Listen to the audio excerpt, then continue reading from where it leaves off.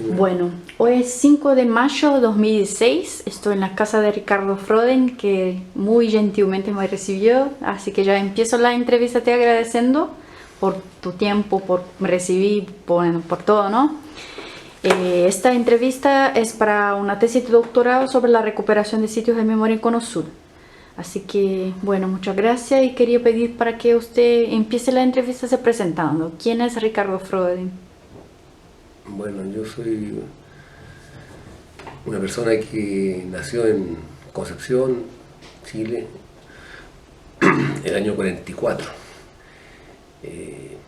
Tuve una infancia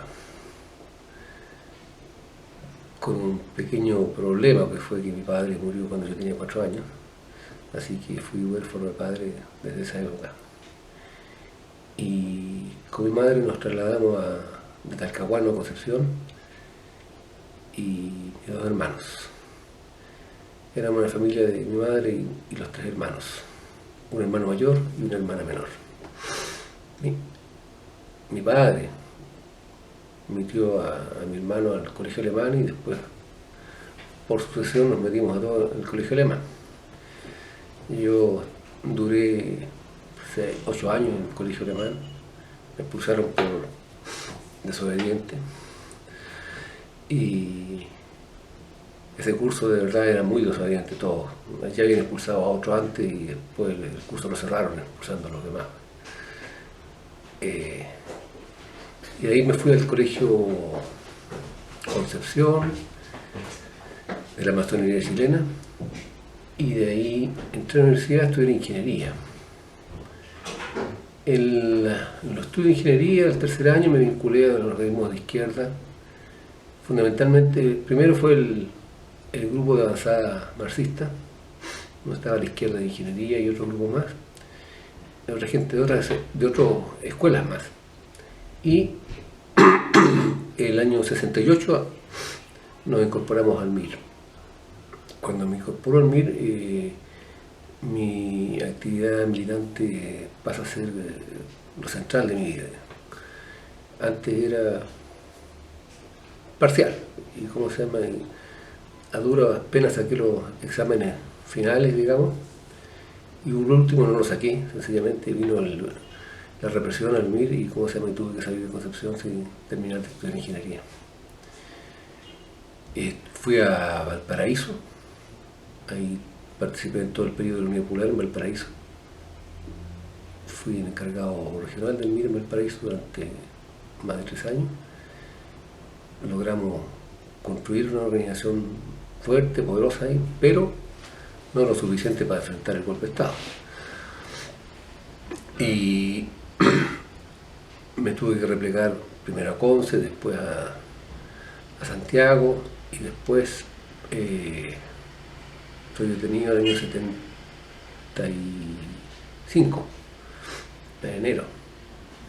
Paso por Villa Grimaldi, estuve 4 meses en Villa Grimaldi, producto de que mi detención traía aparejada informaciones y contactos internacionales, y eso hace que me tengan retenido ahí por si aparecían contactos internacionales, y lamentablemente aparecieron, y eso significó caída de más gente. Y ahí me liberan y me mandan a los campos de concentración. Bueno, vuelvo a Chile después de partir exiliado a Noruega en el año 76, estar preso, y salgo a Noruega el 76, paso a Cuba el 78, 79, perdón. Ahí en la idea del retorno, se dificulta el retorno masivo que se pensaba que se podía hacer, y quedamos replegados allá, se divide el MIR, entramos en contradicciones y formamos el MIR Gutiérrez, como que se ganó la mayoría del MIR después, digamos, porque el MIR Pascal se disolvió totalmente. Y en esos planes vuelvo a Uruguay, intentando acercarme a Chile, para recién retornar a Chile en 98.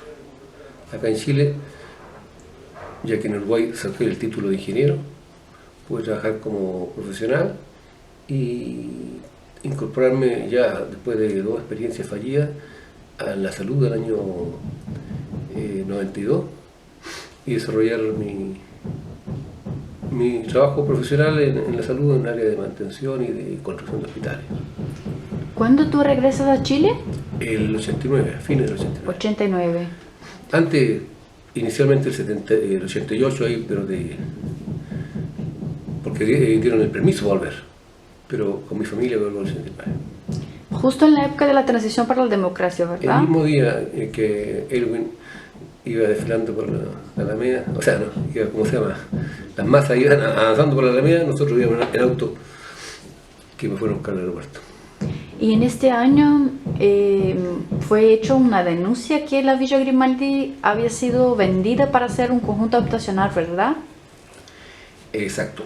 ¿Te acuerdas de esta No, historia? no, eso, en esos años yo todavía no me vinculaba, estaba recién llegando a Chile con mi familia, no sabía lo que estaba pasando. Estaba aún se estabilizando en Chile de nuevo. Exacto, fue el proceso. ¿Y cuándo tú vuelves a saber del tema de la Villa Grimaldi, de la recuperación? Mira, bueno, cuando uno llega a Chile, este proceso de tomar contacto con los antiguos compañeros es un proceso. Y uno se va informando a partir de los ex compañeros, con los que habían retornado, el proceso que se estaba llevando adelante con la villa, que había el comité que se había formado por la recuperación de la villa. Y en ese sentido había grupos que incluso habían entrado a la villa a ver cómo estaban las cosas adentro y contaban, por ejemplo, el Merino y el Fanjuri y otros más, me contaban estas cosas.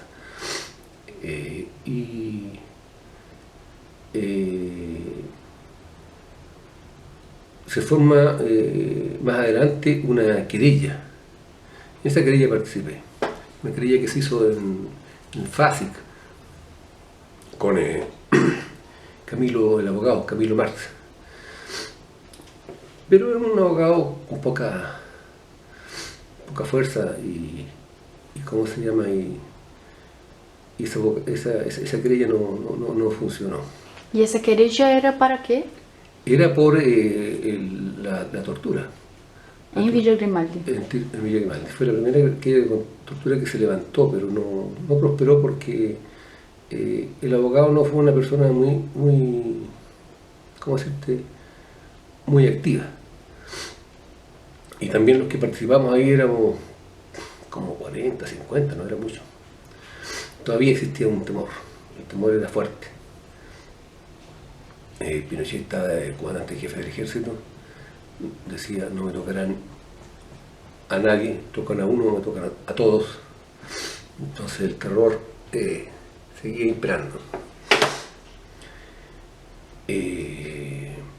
Por eso que poca gente se atrevía a hacer esas querellas. Y esa querella no fue a frente, no tuve éxito. No tuve éxito. Y, Dime. corto. Y después de esa querella, ¿te aproximas más del proceso de la recuperación de la villa? Mira, se produjo un proceso que no recuerdo bien las fechas, pero me acuerdo yo de una asamblea grande en una universidad en Santiago, en el centro de Santiago, de cerca de 200 personas. ¿Cuántas? De 200 personas, en la cual se formaron como varias comisiones para seguir adelante la lucha por la recuperación de la villa. En esa asamblea, por la particularidad mía de cómo se llama, de ya estar trabajando en el hospital, en la cosa de construcción y tener la especialidad de ingeniería mecánica, aunque no tiene que ver mucho con construcción, pero entender algo de la ingeniería, me vinculé a la comisión de proyectos. Ahí participó, me acuerdo, el Carlos Gó, el Miguel Montesino, que es un chico que era arquitecto o había estudiado arquitectura, y el, ¿cómo se llama? Y otro, otra gente, no recuerdo bien. Y desarrollamos varias discusiones de cómo llevar adelante los proyectos. Y ya en ese tiempo estaba Miguel Santibáñez, que era uno de los impulsores de la recuperación del sitio, que como era arquitecto, había participado en la valoración de un proyecto. Parece que él, ¿cómo se llama? Con esta otra chiquilla, Ana Cristina Torrealba, Ana Cristina, habían desarrollado el proyecto. Entonces el tema era cómo desarrollar ese proyecto, cómo impulsarlo y cómo aceptarlo como una cosa, porque estaban en discusión sobre todo el que hacer. Y de repente aparece ese proyecto como uno más elaborado. Y ahí se debate qué tipo de proyecto nos gustaría o no nos gustaría. Y en definitiva se aceptó ese proyecto por la mayoría de la gente. ¿había otros? Mira, habían varias ideas. La gente más puntúa, la gente que tenía un rencor más grande con respecto a la represión que había habido, propugnábamos que debían reconstruirse partes, no todas, pero partes de los lugares simbólicos de la tortura, como fue por ejemplo lo que se aprobó de reconstruir la torre. La torre actual es una reconstrucción, no es la original, la original fue demolida. En ese sentido se logró recuperar esa idea en el símbolo de la torre, pero el diseño del parque se hizo bajo el espíritu cristiano de este muchacho Santibáñez, y con una cruz, que cruza el parque, y empezaba a poner, ¿cómo se llama?, pilares y velarias hasta el final. No le alcanzó la plata, y ¿cómo se llama?, y se pusieron 4 o 6. O dos nomás, pero que son las grandes que hay, que están al lado de la plazoleta central. Cada una valía cerca de 500.000 pesos. Entonces, el tema es que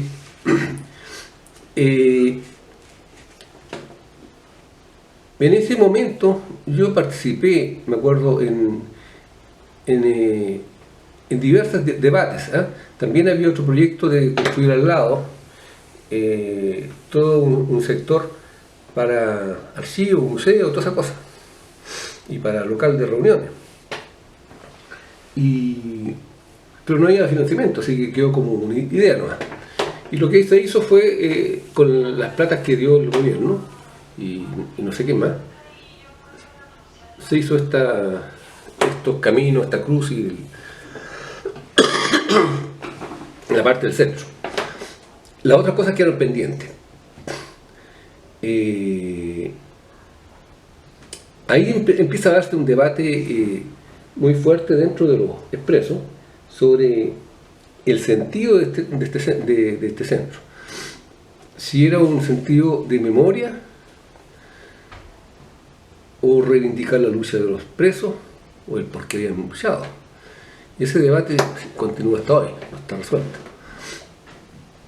El tema es que gran parte de la gente que estaba retornando a Chile ante esta derrota de las alternativas revolucionarias y la imposición de una salida consensuada de la concertación, todo esto, llevó a que mucha gente se disgregara de la izquierda y se fuera plegando a los partidos de gobierno, PS, PPD, Independiente, Radical, etc. Entonces, de repente nos vimos enfrentados, sin habernos dado cuenta, que esa corriente era dominante en la asamblea de la villa, y perdimos la conducción de la villa. ¿Y cómo se llama? Y esa conducción es la que empieza a poner la línea, y con sus lazos directos con el gobierno, con el poder económico. Y en esas condiciones se establece esta remodelación y todo lo que sigue para adelante. Es decir, la batalla por la memoria con un sentido de mayor rigor se perdió a poco andar.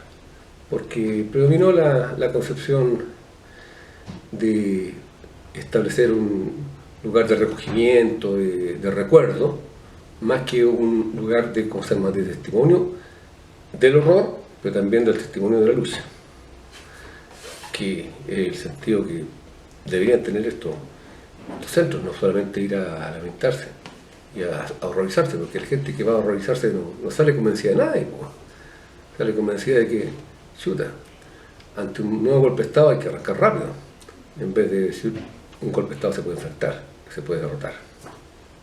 Ricardo, ¿y te acuerdas de la participación de familiares o mismo de los vecinos en ese proceso? En las movilizaciones que se hicieron, me acuerdo, participaba en unas movilizaciones masivas, y sobre todo los viacruces que se hacían, ¿eh? Participaban todos los vecinos, los curas del lugar, era masiva las manifestaciones, masiva de casi miles de personas. Cuando fue la inauguración, eso fue una cosa masiva. Eso es la fuerza que tuvo ese movimiento, porque era el lugar símbolo de Santiago y de Chile. No había otro lugar de recuperación que hubiera avanzado tanto como se logró avanzar en ese momento. Se avanzó en parte por esta cosa de que gente estaba vinculada con la concertación y se le dio el pase a través del Ministerio de Vivienda, el pase para que fuera expropiada y se diera un presupuesto para la construcción. A ver, y de esas manifestaciones que se hicieron en el proceso de recuperación, ¿te acuerdas de haber ido a algunas? Sí, fui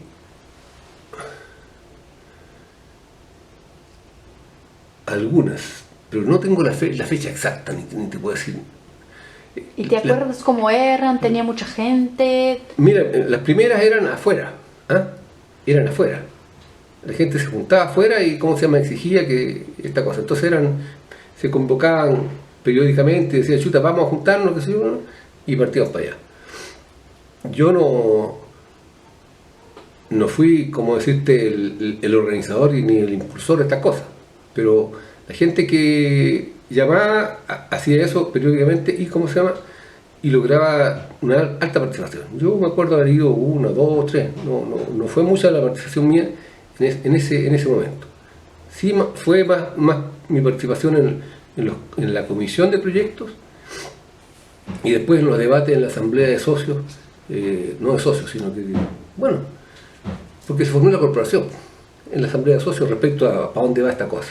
¿Podrías hablar sobre ese momento de constituir la corporación? Mira, ese momento era bien extraño, ¿no? Porque hay un purismo muy grande. ¿Ah? ¿Qué? Un purismo, ¿ah?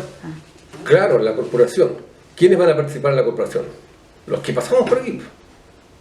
Claro. ¿Y quién más? Nadie más, porque nosotros somos los que recuperamos esto. Y los vecinos que estuvieron al lado no tienen derecho. Sí, pero tienen que tener otro nivel, otro carácter. No le podemos dar todo el poder si no se van a apoderar de la corporación. Entonces era un celo por esta cosa. Al final, ¿cómo se llama? Se aceptó que, bueno, la corporación, como tenía que ser una cosa legal, de derecho privado y toda esa cosa, tenía que cumplir con ciertas normas, y cuando se nos informan las normas legales que tenían que cumplir esta cosa, se tuvo que aceptar que, bueno, que fuera con cotizaciones, con socios, y es la única forma que dentro del sistema capitalista funciona una institución que tuviera participación legal para hacerse cargo de la administración de esto. Y se tuvo que aceptar que entonces los más puntuos ahí, o más interesados en mantener el poder, decían, chuta, bueno, pero de repente se va a meter otra gente, que sé yo, que no representa nuestros intereses. Entonces decían, no, pero tenemos que inscribir, que sé yo, a nuestros hijos, que sé yo. Bueno, hoy día los que están en el poder son los que han inscrito a sus hijos, pero son de la concertación, lamentablemente. ¿Cómo se llama? Se dieron el viraje y, ¿cómo se llama?, están ahí. Uno no podría decir de la concertación todos, pero son funcionales a la concertación. hacen políticas que se dan dentro del marco del sistema, mantienen el tema como memoria, pero no quieren decir, bueno, que en Chile hay impunidad, hay 7% de los detenidos aparecidos, hay 100 presos de los 1.100 centros de tortura y detención que hubo en Chile. O sea, hay un detenido por cada 10 centros de tortura. ¿Cuántos mataron en cada centro de tortura? ¿Y cuántos torturaron en cada centro de tortura? Miles. Entonces, hay impunidad absoluta. Eso es lo que pasa en Chile hoy. Entonces me decís que el proceso de constituir la corporación no fue sencillo, no fue tranquilo, hubo conflictos. No, siempre hubo conflictos desde el punto de vista de los objetivos, el carácter que queríamos darle a esto. Si era una cosa, un parque verde lindo, mucha gente está contenta porque es un parque que es verde lindo y ¿cómo se llama? Y con símbolos puestos en el piso así. Logramos poner la torre, logramos que se pusieran las casas Corby, las casas Chile, como no existen parrillas, centros de tortura, ¿cómo se aplicaba la tortura? Yo estuve en el centro del Museo de Noruega, el Museo de la Resistencia de Noruega, donde está la sala de tortura ahí, cómo funcionaba la tortura bajo los nazis. Y lo muestran para que la gente sepa, esto eran los nazis. Acá no aparece ningún lugar donde se habla de los colgamientos. ¿Por qué no se pone ahí una persona colgada con el povo de arana, que aquí lo usaron? O como se llama en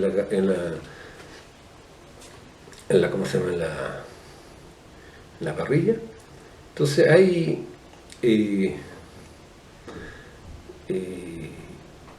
dominó en este proceso el veto que hacía la concertación de no exacerbar las contradicciones, de no asustar a la gente, porque vamos a poner un centro de horror. Hay que mostrar el horror que hicieron ellos y mostrar por qué la gente está dispuesta a luchar. Entonces, así como no se muestra el horror que hicieron ellos, tampoco se muestra en plenitud por qué luchaba la gente. Y eso es el gran debe que tiene esta villa. Y pues estamos en otra pelea. Usted vuelve a Chile del exilio y ¿por qué vuelves a militar para la recuperación de la villa? ¿Cuál es tu motivo personal? ¿Por qué te pareció importante recuperar este lugar? Es básico porque, ¿cómo se llama? Además de haber sido el lugar por donde yo pasé, y donde tenía más derecho a recuperarlo, porque me doy cuenta que fue el centro de la inteligencia y de los aparatos represivos del Estado en Chile. La DINA es un organismo secreto, clandestino, operado y dedicado a exterminar, matar, desaparecer.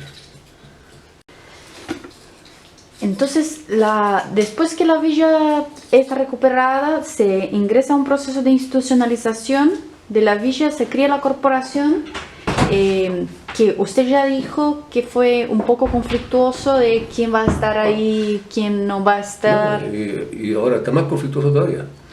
¿Viste la última asamblea? Porque sí. se agudizan las contradicciones, no se han resuelto. Y usted estuviste en ese proceso inicial de constituir los socios. Sí. Y se constituye socio de distintos,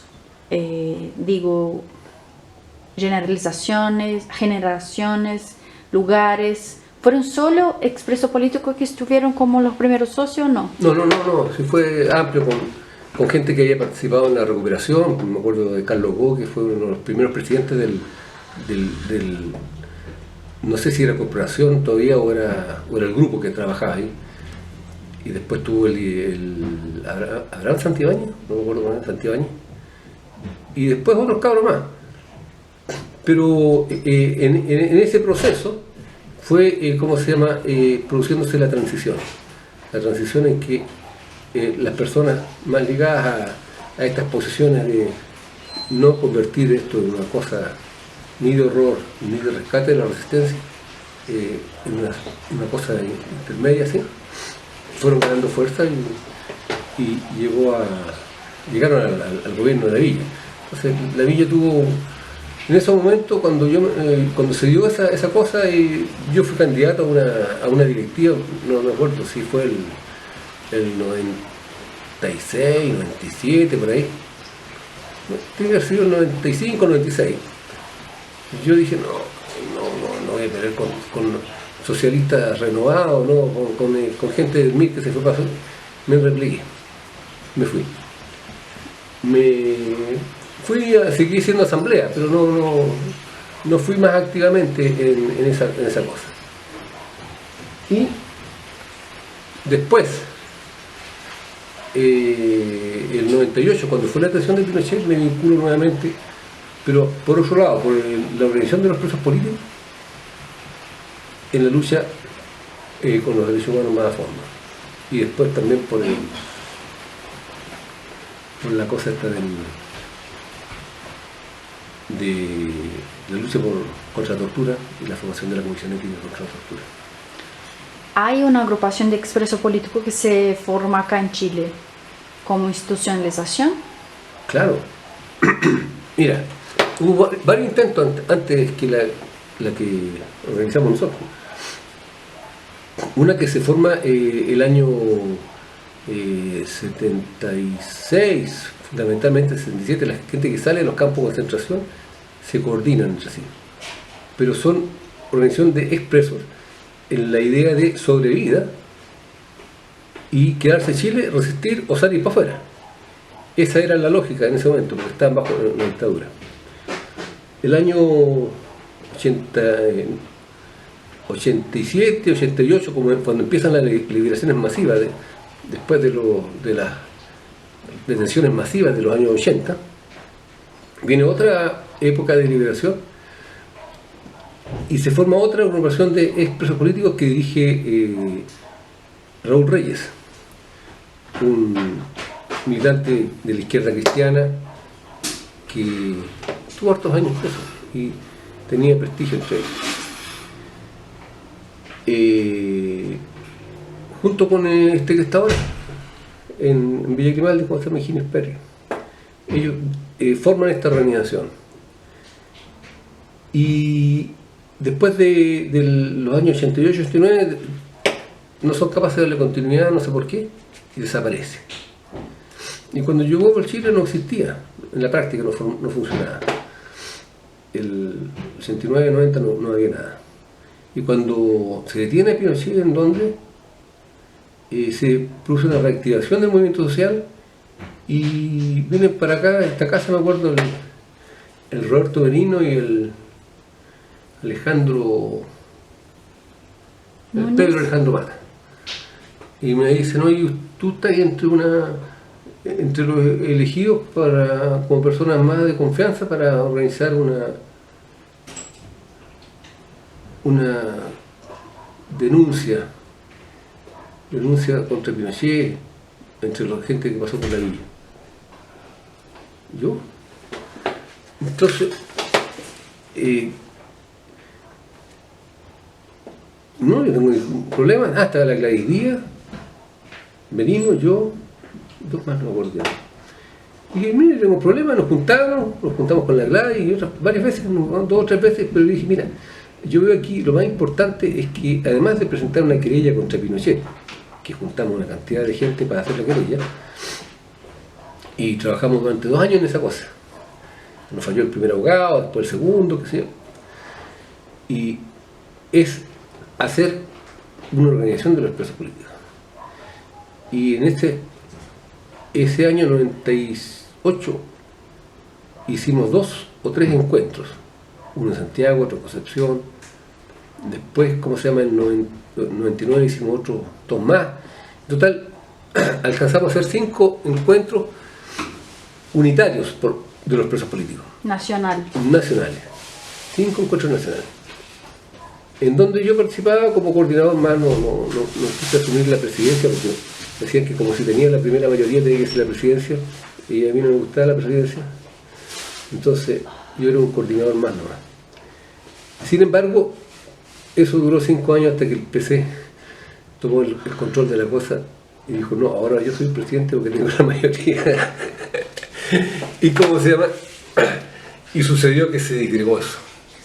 Y entonces, los radicales sacaron el suyo, los socialistas sacaron el suyo, los miristas sacaron el suyo, y se disgregó en 5 organizaciones. Hoy día, no sé si hay 5 o hay 8. Hay uno que está en huelga de hambre, pero son un grupito de los tantos que hay en Chile.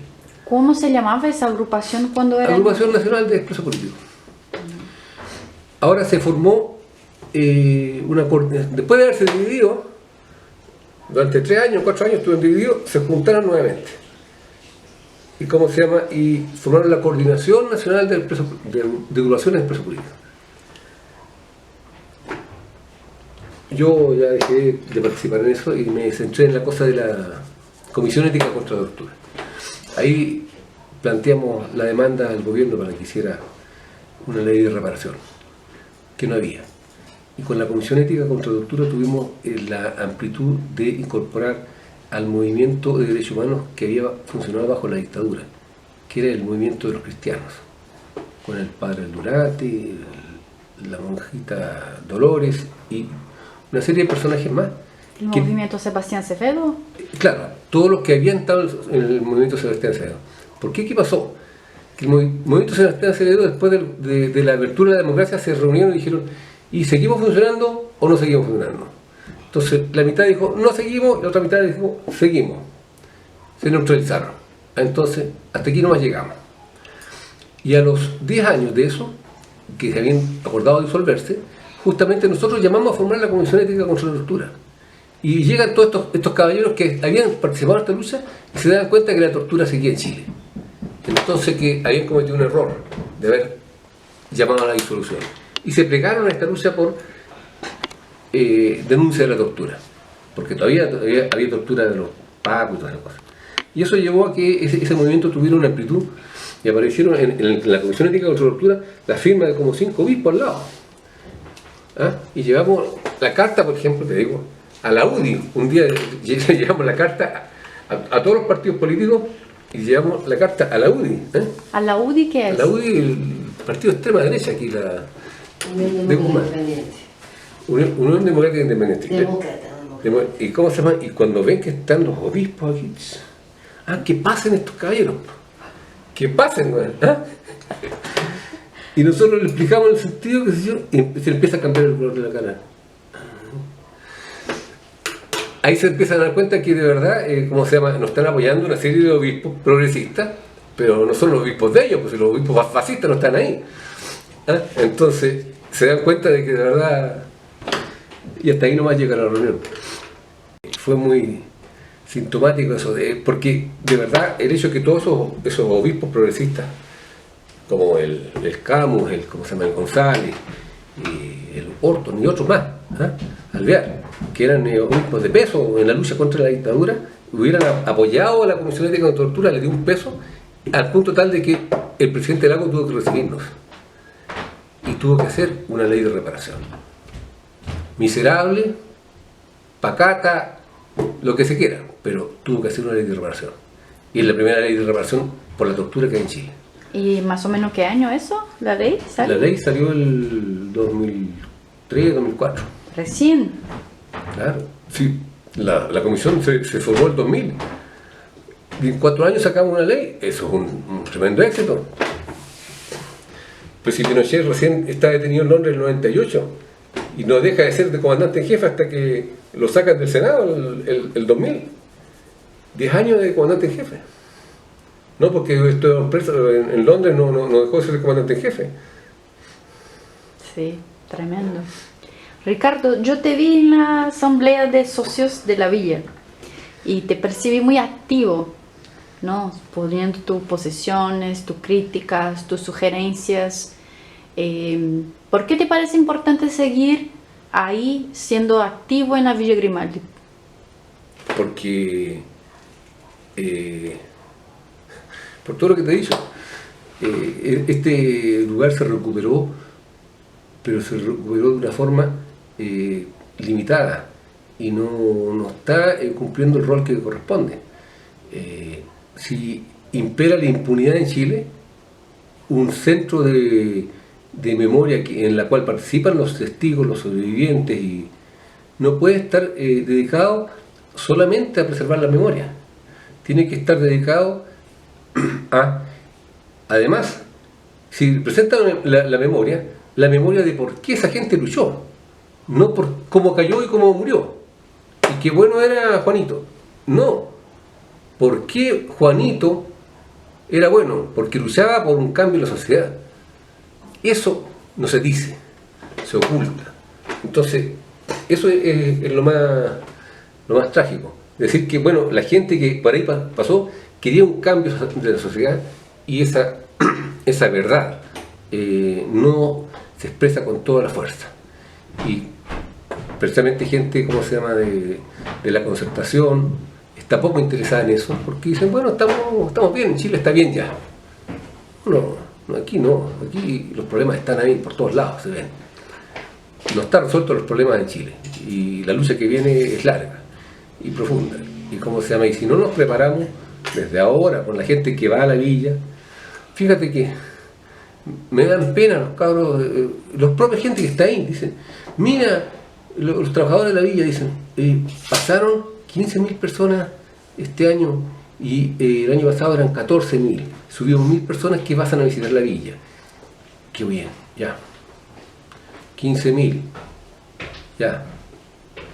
Pongámosle 20.000, sumando todos los que dan sin registrarse. 20.000 al año. ¿Cuántos años pasan los 6 millones de Santiago?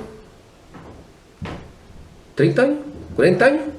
¿50 años? Han pasado 5 golpes de Estado, ¿no?, antes que la gente de Santiago entienda lo que pasó en Chile. Si creemos que ese es el método de educación del pueblo chileno. Entonces yo le digo, el trabajo de educación es importante. Claro, lo que hacen ustedes es importante para ese grupito. Pero nosotros tenemos que pensar en que en Chile, a 25 años de la dictadura, no hay educación, ni educación cívica, ni educación en derechos humanos. Y es responsabilidad de la Concertación, de los aliados que esta directiva de la villa tienen en el gobierno. Pero no se atreven a decirles, responsable, Bachelet, hipócrita, tienes que decir la verdad. ¿Qué pasó contigo cuando estuviste en Villa Grimaldi? ¿Alguna vez lo has dicho? Se queda callada. Diga, fui torturada en la Villa Grimaldi, ¿cómo me torturaron? Dígalo alguna vez. Enseña al pueblo chileno lo que pasó en Chile. Eso es lo que debe hacer cada persona que pasa por ahí. Educar, formar. Terrible. Sí, es un tema muy complejo. Sí, ¿y por qué te parece importante? Bueno, en Santiago se ha recuperado varios sitios de memoria, ¿no? Sobre todo después de, bueno, claro, por supuesto, después de recuperación de la villa. Sí, pero en total en Chile son 10, no hay más. Oye, pero una miseria si te dijo que hay 110 centros de detención y tortura declarados por la Comisión Rettig, oficiales. Después de juntar a todos los torturadores, los torturados, los 35.000, no los 70.000, 80.000 que han aparecido después. Con los 35.000 se logró identificar, ¿cuánto te dije? 1.100 centros de tortura.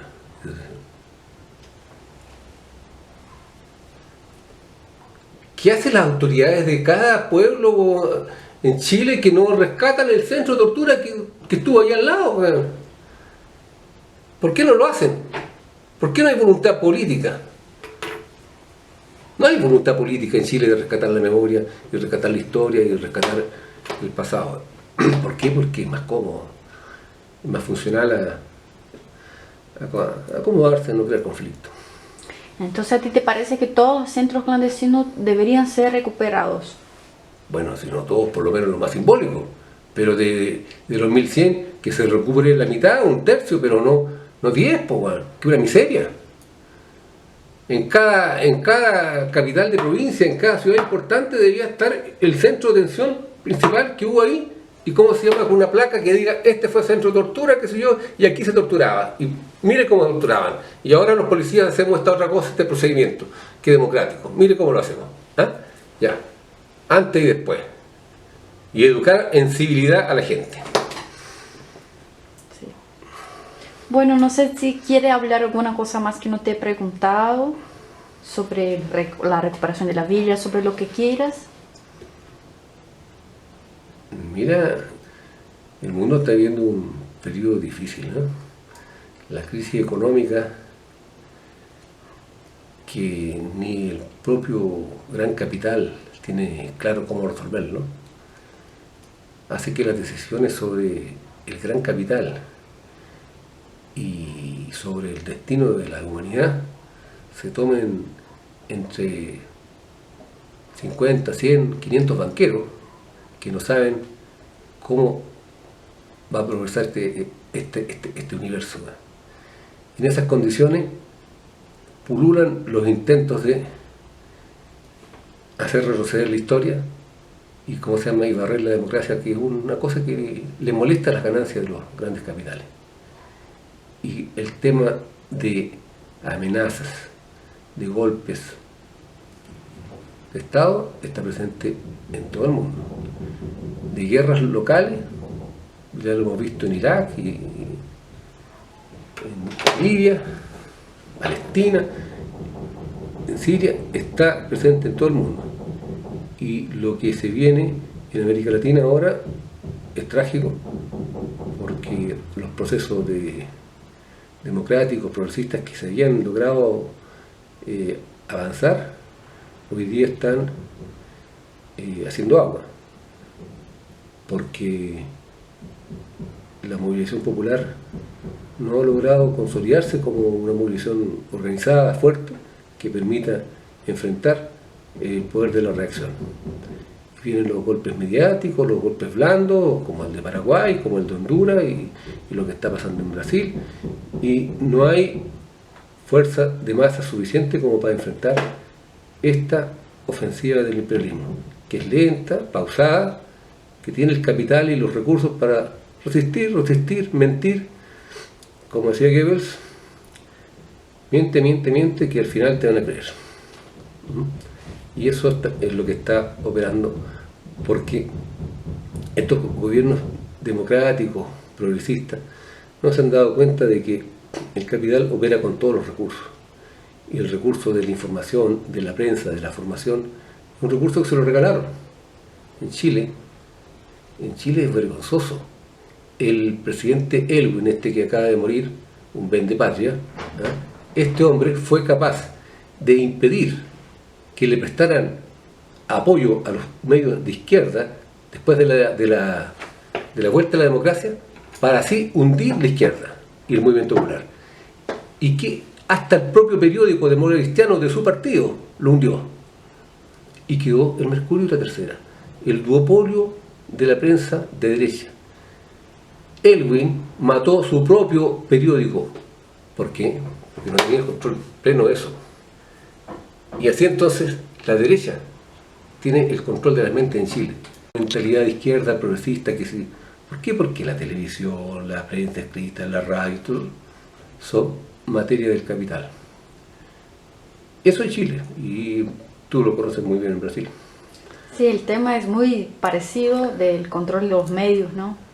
O sea, nosotros tenemos que estar muy atentos a todo el tiempo a los intentos y a los verdaderos intentos por detrás de las noticias y de los intentos de los golpes, que no son como eran en 74, en 64, en distintas partes, ¿no? Sí. Bueno, te agradezco mucho. Gracias a ti.